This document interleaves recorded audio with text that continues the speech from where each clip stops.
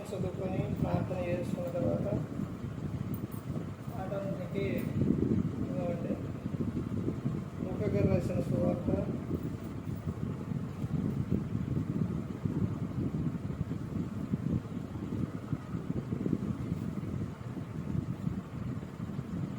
6వ అధ్యాయం 45వ వచనం. సజ్జనుడు తన హృదయమును నుంచి ధననిధుల నుండి సద్విషయములను బయటికి తెచ్చును, దుర్జనుడు చెడ్డ ధననిధుల నుండి దుర్విషయములను బయటికి తెచ్చును. హృదయము నిండియుండు దానిని బట్టి ఒకరి నోరు మాట్లాడను. ప్రార్థన చేస్తుంది. పరలోకమందున్న మా తండ్రి, పరిశుద్ర ప్రేమ గల తండ్రి, కొడుకు తండ్రి, మగ తండ్రి, పుత్రి, కుమారుడు యేసుక్రీస్తు ప్రభువారి ద్వారా కృతజ్ఞతాస్తుతులు చెల్లిస్తున్నాము. ఆయన కూడికంతతో మీరు నడిపించండి. వాక్యం బోధించుండగా ఈ లోక సముదాయ జ్ఞానంతో కాకుండా మీ జ్ఞానంతో మాట్లాడే వాక్యం చేస్తారని మా ప్రభువైన యేసుక్రీస్తు నామన వేడుకుంటున్నాం తండ్రి. ఆమేన్. యేసుక్రీస్తు నామలో హృదయపూర్వక వందనాలండి.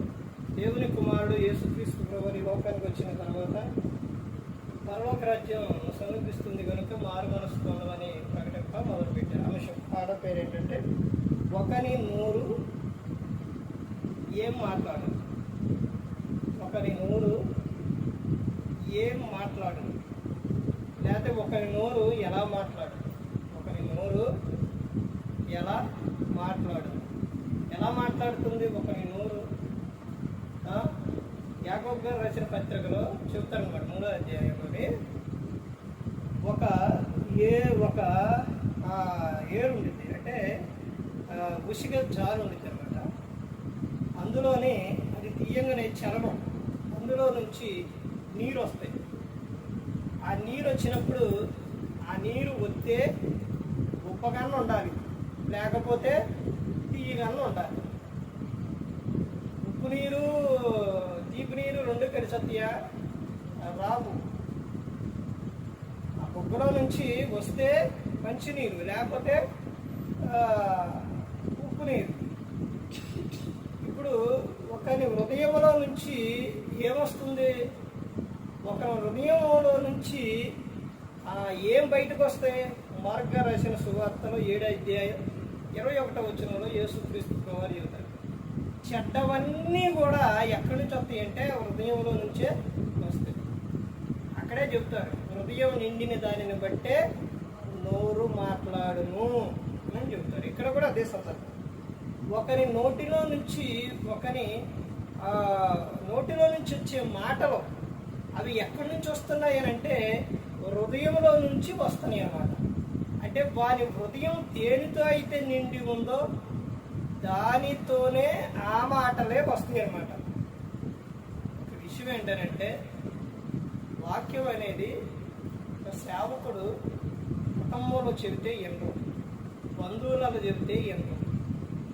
యేసుక్రీస్తు వారు చెప్పారు, సేవకుడు ఎక్కడ గణహీనుడు అవుతున్నంటే తన ఇంటను తన స్వదేశమందును గణహీనుడు అవుతురు అని చెప్పారు. యేసుక్రీస్తు వారు చెప్పిన మాట ప్రతి ఒక్కటి కూడా అలా జరిగింది అనమాట. బయట ఉన్న సేవకులను అయ్యగారు నాకు అనకూడదు, అయ్యగారిని గౌరవించాలి, అయ్యగారికి అన్నీ పెట్టాలి, అయ్యగారిని బాగా చూడాలి. మరి అదే అయ్యగారు ఆ స్థానంలో ఉన్న అయ్యగారే ఇంట్లో ఉంటే, ఊర్లో ఉంటే, బంధువులలో ఉంటే చూడరు, పట్టించుకోరు, ఎలా పడితే అలా మాట్లాడతారు. ప్రతి ఒక్క సేవకుడికి ఉన్నది ఇది, ఒకళ్ళు కాదు. ఆ సేవకుడిని కుటుంబంలో భార్య గౌరవించరు, తల్లిదండ్రులు గౌరవించరు, పిల్లలు గౌరవించరు, తర్వాత బంధువులు గౌరవించరు, ఊరు వారు గౌరవించరు, ఏ సేవకుడినైనా. అందుకనే యేసుక్రీస్తు ప్రభువారు తాను పెరిగిన ఊరిలో, తాను ఉన్న ఊరిలో అక్కడ ఒక అద్భుతం కూడా జరగదు. ఎందుకనంటే ఆయన ఎవరో మన్నాండి ఆయన కాదు, ఆయన దేవుడు, దేవుని కుమారుడు. చుట్టుపక్కల ఉన్న గ్రామాలన్నీ అద్భుతాలు జరిగాయి, కానీ ఆయన పెరిగిన ఊరిలో మాత్రం జరగదు. ఎందుకని? ఆయన పట్ల విశ్వాసం ఉంచలా. విశ్వాసం లేకుండా దేవునికి ఇష్టమైనట్టు అసాధ్యం. ఆయన దేవుడు, రక్షకుడు. నువ్వు ఆయన ఏదన్నా కావాలంటే ఆయన అడిగితే ఆయన కళ్ళు లేని వారికి కళ్ళు ఇచ్చారు, నడకలేని వాళ్ళని నడిపించారు. తర్వాత అన్ని స్వస్థతలు జరిగినాయి. మరి అక్కడ ఎందుకు జరగడా? ఇక్కడ ఆయనేగా, ఎక్కడుండే ఆయనేగా, ఇక్కడ పెరిగిన ఆయనేగా, మరే కుమారుడేగా, ఆయన సోదరిమణులు మన దగ్గరే ఉన్నారుగా, ఈయనకి ఈయన అద్భుతాలు ఎట్టొచ్చినాయి, ఈయన ఎట చేస్తాడో అని అనుకోని ఆయన పట్ల విశ్వాసం ఉంచరా. రక్తస్రావం కలిగిన స్త్రీ ఆయన ఎల్లు ముట్టింది. ఎలా ముట్టింది? విశ్వాసంతో ముట్టింది. కానీ అక్కడ ఏం లేదు, ఆ జనానికి విశ్వాసం లేదు. అక్కడే చెప్తారు యేసుక్రీస్తు ప్రభువారు, నన్ను ఎవరో ముట్టారంటంతోనే పేతురు గారు అంటారు కదా, అయ్యా మరి ఎంతమంది నీ మీద పడుతున్నారు కదా, ఎవరని చెబుతూ అని అంటే, కాదయ్యా ఎవరో నన్ను విశ్వాసంతో ముట్టారు. అందరి మీద పడ్డది వేరు, అందరూ పిలిచింది వేరు. ఆ గుడ్డి ఒక ఆయన కళ్ళు లేని ఆయన కేకలేస్తాం, యేసు నజరేయుడైన యేసు దావీదు కుమారుడా అని కేకేస్తాం. ఇప్పుడు పక్కన ఉన్నవాడు పిలిచింది వేరు, వేరే వాడు పిలిచింది వేరు. ఆయన ఎందుకు పిలిచిండు? విశ్వాసంతో ఆయనకు కళ్ళు రావాలని పిలిచిండు. ఇక్కడ కూడా అదే సందర్భం. అందరూ మీద పడుతుంది వేరు, ఆమె ముట్టింది వేరు. ఆమె విశ్వాసంతో ముట్టింది స్వస్థత కావాలని. అలాగే అక్కడ అందరూ కూడా ఆయన పెరిగిన ఊరులో ఆయన పట్ల విశ్వాసం ఉంచరా. ఆయన ఇంటి వారే, మార్కు సువార్త ఇక్కడే ఉంది, అక్కడే ఉంది చూడండి, ఇది లోక సువార్త, యోహాను సువార్త 7వ అధ్యాయంలో ఉంది. ఆయన సహోదరులే ఆయన పట్ల విశ్వాసం ఉంచలేదు. అంతా ఎందుకు చెప్తున్నానంటే, హృదయంలో నిశ్చయించుకున్న దానిని బట్టి వాడు మాట్లాడతారు. ఇక్కడ ఆయనేగా, అదే సేవకుడు దూరం నుంచి వచ్చారనుకోండి, ఎవరైనప్పటికీ నేను ఇక్కడి నుంచి ఇంకో ప్రాంతం వెళ్ళినా అక్కడ వింటారు. లేకపోతే ఇంకొక సేవకుడు దూర ప్రాంతం నుంచి ఇక్కడికి వచ్చినా ఆయన చెప్పింది వింటారు. యేసుక్రీస్తు ప్రభువు చెప్పిన విషయమే ఇది. అసలు చూడండి, బంధువులల్లా ఇంటిలోని అసలు సేవకుడిని అస్సలు గౌరవించారు. అది గౌరవం కాదు. అసలు వీడు ఎందుకు బ్రతుకుతుండే, బ్రతుకేంటి అసలు, చీచి అనేవాడు. సేవకుడు సేవ చేస్తూ ఉంటే సేవలోని సేవ కోసం బ్రతుకుతుండో దేవుడు పిలిచిండు, తాను ఇక సేవకేనని అనుకున్న కుటుంబం బైబిల్ గ్రంథంలో లోకంలో చాలా మంది ఉన్నారు. ఇంకో విషయం ఏంటంటే, సేవకుడు సేవ చేసేటప్పుడు కూడా ఆ సేవకుడిని పోషించవలసింది సంఘానికి ఉంది. కానీ ఈ విషయాలన్నీ చెప్పుకుంటూ పోతే చాలా విషయాలు ఉంటాయి, చాలా విషయాలు. ఇంకేమో ఒక విషయాన్ని చూస్తే శిష్యులు మరి అందరికీ భార్యలు ఉన్నారో లేరో కానీ పేతురు గారికి మాత్రం ఉన్నారు. తర్వాత ఉన్నారు, చాలా మంది ఉన్నారులే, కానీ క్రీస్తు కోసం బ్రతికిన వారు చాలా మంది ఉన్నారు. ఒక కుటుంబ పోషణ కోసం, కుటుంబం బ్రతకడం కోసం ఏదైనా ఒక వృత్తి చేసేటప్పుడు ఆ వృత్తిలో దేంట్లోనైనా కానీ కుటుంబాన్ని పోషించే విషయాలు లేకపోతే బైబిల్ గ్రంథమే చెప్తుంది. ఈ చాలా విషయాలు ఉంటాయండి, ఇవన్నీ చెప్పుకుంటూ పోతే చాలా విషయాలు.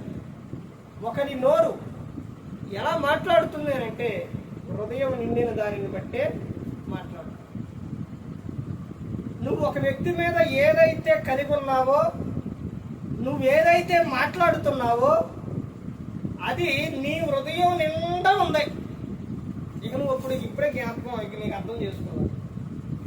పనికి మాలిన మాటలు మాట్లాడుతున్నావంటే నీ హృదయం నిండా అయ్యే ఉన్నాయి. దేవుని మాటలు మాట్లాడుతున్నావంటే అన్నీ నీ హృదయంలో దేవుని మాటలే ఉన్నాయి. వాళ్ళని దూషిస్తున్నావంటే నువ్వు అదే కలిగి ఉన్నావు, అదే నీ హృదయంలో ఉంది. నువ్వేదైతే నీ హృదయం నిండి ఉంటుందో నీ నోరు అదే మాట్లాడు. నేను పొరపాటును మాట్లాడినా, గబుకునట్టు మాట్లాడినా, తెలియక మాట్లాడినా, తొందరలో వచ్చింది కాదు. నీ హృదయం నిండింది దానిని బట్టే నీ నోరు మాట్లాడు. ఇది నేను చెప్పే విషయం కాదు, బైబిల్ చెప్తున్న విషయం. నువ్వు ఎలా మాట్లాడాలనుకుంటున్నావో, ఎలా మాట్లాడావో అది నీ హృదయంలో ఆల్రెడీ ఉంది, నిండింది. ఇంకా దాన్ని కవర్ చేసుకోవడానికి రకరకాలుగా చెప్తుంటారు. కాదు, నీ హృదయం నిండా ఆ విషయాలు ఉన్నాయి. చాలా మంది ఎక్కువగా చూడండి దేవుని గురించే మాట్లాడుతుంటారు. భార్య భర్త తక్కువలో ప్రెస్కెళ్ళా సేవకుని కోసం తమ ప్రాణం ఇచ్చడం తెగించారు. ఇట ప్రతి ఒక్కరు కూడా ఏదైతే మాట్లాడుతున్నారో, ఏదైతే చేస్తున్నారో అవన్నీ కూడా హృదయం నిండిన దాన్ని బట్టే ఎవరు మాట్లాడారు. అందుకనే ప్రతి ఒక్కరూ గమనించుకోవాలి, ప్రతి ఒక్కరు కూడా తెలుసుకోవాలి. నువ్వు ఎంతన్నా చెప్పు, ఏమన్నా చెప్పు, ఒక వ్యక్తి వినేంత వరకే వింటారు. దాన్ని ఏ విషయం అయితే తీసుకోవాలో కొంతమంది ఆ విషయాన్ని తీసుకుంటారు, కొంతమంది వదిలేస్తారు, కొంతమంది ప్రార్థనకు వచ్చి కూర్చుంటారు. ఎందుకో తెలియదు, వస్తారు, కూర్చుంటారు, వెళ్ళిపోతారు. అదొక ఇది. కొంతమంది వస్తారు, దేవుడు నాతో ఏం మాట్లాడతారో అనే విషయం తెలుసుకోవాలి. కొంతమంది వాక్యం ఏం చెబుతారు, ఏం చెబుతున్నారు, ఈరోజు ఏం చెబుతున్నారు, ఒకరు ఆ విధంగా ఒకళ్ళు. ఇప్పుడు దేవుడు మాట్లాడిన విషయాల్లో నా లోపం ఏదన్నా ఉందా, నేను సరి చేసుకోవాల్సిన విషయం ఏదన్నా ఉందా అనే విషయం. కొంతమంది బలవంతంగా వస్తారు, కొంతమంది సేవకుల కోసం వస్తారు, కొంతమంది ఆదివారం ఆరాధన వెళ్ళాలి అని వస్తారు, కొంతమంది కూడికి పిలిచానని వెళ్తారు, కొంతమంది మీటింగ్కి నేను ఇచ్చే వెళ్ళాలి, వెళ్ళకపోతే ఎట్టని వెళ్ళకపోతే రేపు పొద్దున అడుగుతారేమో, రాలేదంటారేమని వెళ్ళాలని వెళ్తారు. ఇలా రకరకాలుగా కలిగిన మనుషులు ఇది ఒకరు ఉన్నారు. అందులో నువ్వు ఏ విషయం కనుగొన్నావు? వాక్యం వచ్చినప్పుడు నువ్వు నీ ప్రవర్తన మార్చుకోవాలని ప్రార్థనకు వస్తున్నావా? నీ మనసు మార్చుకోవాలని ప్రార్థనకు వస్తున్నావా? నీ క్రియను మార్చుకోవాలని ప్రార్థనకు వస్తున్నావా? నీ బ్రతుకు మార్చుకోవాలని ప్రార్థనకు వస్తున్నావా? దేవుని కోసం బ్రతకాలని వస్తున్నావా? ఏదో వచ్చి నువ్వులే వెళ్ళిపోతావులే, ఏదో కాసేపు పెట్టారు దేవుని సన్నిధిలో కూర్చుంటే అదొక దీవెన, అదొక ఆశీర్వాదం, వెళ్దాం వెళ్ళి అక్కడ కూర్చుందాం అనే విధంగా వస్తున్నావా? యేసుక్రీస్తు ప్రభు దగ్గర 3 కేటగిరీలకు వచ్చారు. ఒకడు దేనికి వచ్చారు? ఒకడు వాక్యం వినటానికి వచ్చారు, ఒకడు తినటానికి వచ్చారు, ఒకడు కాదు, కొంతమంది దేనికి వచ్చారు? స్వస్థత కోసం వచ్చారు. నువ్వు దేనికోసం మందిరానికి వెళ్ళేది? ఎన్ని వాక్యాలు చెప్పినా నీ బ్రతుకు మారిందా? ఎన్ని వాక్యాలు చెప్పినా నీ మాట తీరు మారిందా? ఎన్ని చెప్పినా కానీ ఏం మార్చుకున్నావు నీ క్రియలో? ఎంతకాలం నీ వయసు అయిపోతూనే ఉంది, నువ్వు వెళ్ళిపోయే టైం అయిపోతూనే ఉంది. ఇంకా మార్పు చెందకపోతే ఈ రోజున పోయిన నెలలోనే మేము ఒక ప్రాంతానికి వెళితే నెల గ్యాప్, నెలలో ఎంతోమంది మరలా ఇప్పుడు పోతే లేదు, చనిపోయారని చెప్పి చూశారండి. ఎంతసేపు అండి, ఏ రోజున ఏ క్షణాన ఏం జరిగిద్దో నీకు తెలుసా? తెలియదు. యేసుక్రీస్తు వారు ఎప్పుడు వస్తారో తెలియదు. ఇంకా నీకు సిద్ధపాటు లేకపోతే ఎలాగా? ఇంకా నువ్వు మార్పు చెందకపోతే ఎలాగా? సేవకులు చెబుతారు, దేవుడు మాట్లాడతారు, కానీ నువ్వు విని గ్రహించుకుంటే నీ జీవితం బాగుంటుంది.